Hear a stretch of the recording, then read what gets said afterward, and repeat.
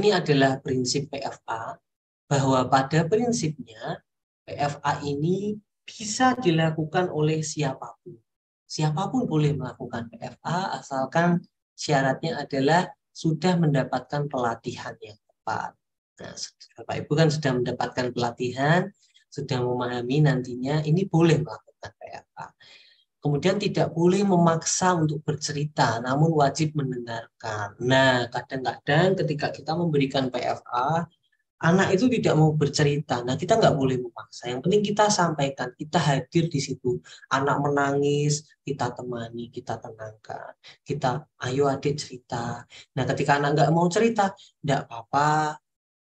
Jadi kita nggak harus memaksa, ayo cerita-cerita aja sama ibu, percaya sama ibu, percaya sama bapak. Jadi tidak perlu seperti itu. Ketika anak benar-benar tidak mau bercerita, ya sudah kita sampaikan. Baik nak, tidak apa-apa, mungkin berat ya untuk kamu bercerita.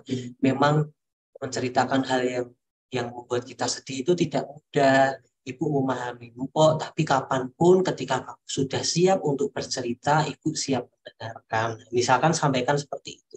Jadi tidak memaksa, tapi kita menyediakan diri untuk kalau kamu membutuhkan, kita siap untuk menerima cerita. Nah, PFA ini juga bukan wawancara atau konseling psikologis. Nah, kadang-kadang kesalahan dalam melakukan PFA ini kesannya jadi seperti interogasi ya. Kamu kok bisa seperti ini bagaimana? Coba jelaskan ini seperti ini. Jadi disuruh cerita banyak hal yang akhirnya itu mungkin anaknya sampai capek sendiri begitu karena ditanya-tanya banyak hal. Nah, karena apa namanya PFA ini bukan wawancara, jadi kita sesuaikan dengan kebutuhan anak bercerita itu. Kemudian menitik beratkan pada dukungan emosional, bukan pada nasihatnya sebenarnya itu opsional dalam PFA, tapi menitik beratkan pada dukungan emosionalnya. Jadi dengan melakukan PFA itu kita apa namanya memberikan dukungan. Mengapa kok dukungan emosional? Bayangkan banyak sekali anak-anak yang mungkin tidak teramati oleh Bapak Ibu. Dia sangat sedih sehingga ketika dia menangis dia sendirian. Atau ketika menangis dia sambil menangis sambil diajak teman-teman. Tidak ada satupun yang kemudian mendekatinya mengatakan bahwa nggak apa-apa sedih, kamu berhak untuk sedih, saya temani ya, tidak ada yang mengatakan demikian.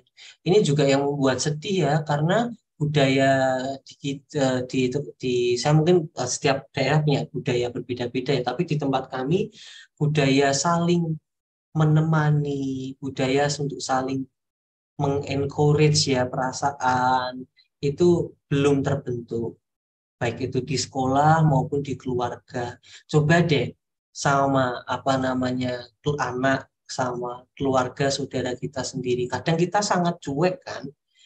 Mungkin ada di antara Bapak Ibu yang sudah berpraktik dengan baik, sudah terbiasa untuk saling curhat sesama keluarga, saling apa namanya encourage untuk saling bercerita, tapi banyak juga keluarga yang belum terbentuk sistem seperti itu, sehingga ketika terasa sedih, terasa apa, anak-anak ini tidak punya escape, tidak punya jalan keluar gimana mengekspresikan.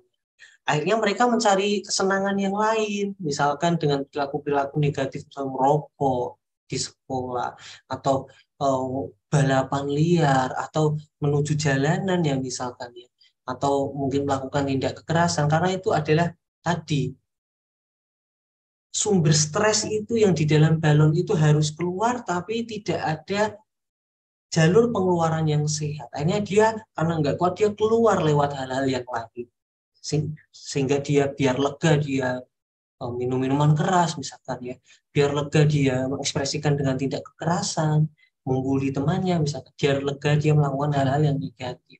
Nah dengan PFA, dengan membudayakan kalau ada permasalahan kita menawarkan bantuan, kemudian menemani, mendengarkan, itu menjadi jalur pengeluaran stres yang sehat begitu bagi kita, tidak hanya bagi anak-anak ya, tapi bagi kita semua.